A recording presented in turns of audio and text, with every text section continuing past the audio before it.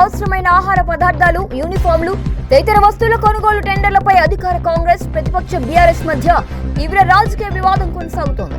ఈ టెండర్లలో సుమారు 2,000 కోట్ల రూపాయల మేర అక్రమాలు జరిగాయని బీఆర్ఎస్ ఆరోపిస్తోంది. టెండర్లకు సంబంధించిన పూర్తి వివరాలను ప్రభుత్వం బయటపెట్టాలని, బహిరంగ చర్చతో పాటు స్వతంత్ర విచారణ కూడా జరిపించాలని బీఆర్ఎస్ నేతలు డిమాండ్ చేస్తున్నారు. అయితే ఇవి ఇప్పటి వరకు నిర్ధారణ కాని రాజకీయ ఆరోపణలే. కాంగ్రెస్ ప్రభుత్వం ఈ ఆరోపణలను ఖండించింది. మంత్రి పొన్నం ప్రభాకర్ తెలిపిన వివరాల ప్రకారం మొత్తం కొనుగోళ్ల విలువ 1,143 కోట్ల రూపాయలు మాత్రమే. ఇందులోని 687.77 కోట్ల రూపాయల కొనుగోళ్ల టెండర్ల ద్వారా 455.23 కోట్ల రూపాయల కొనుగోళ్లు ప్రభుత్వ సంస్థల ద్వారా జరిగాయని ఆయన చెప్పారు.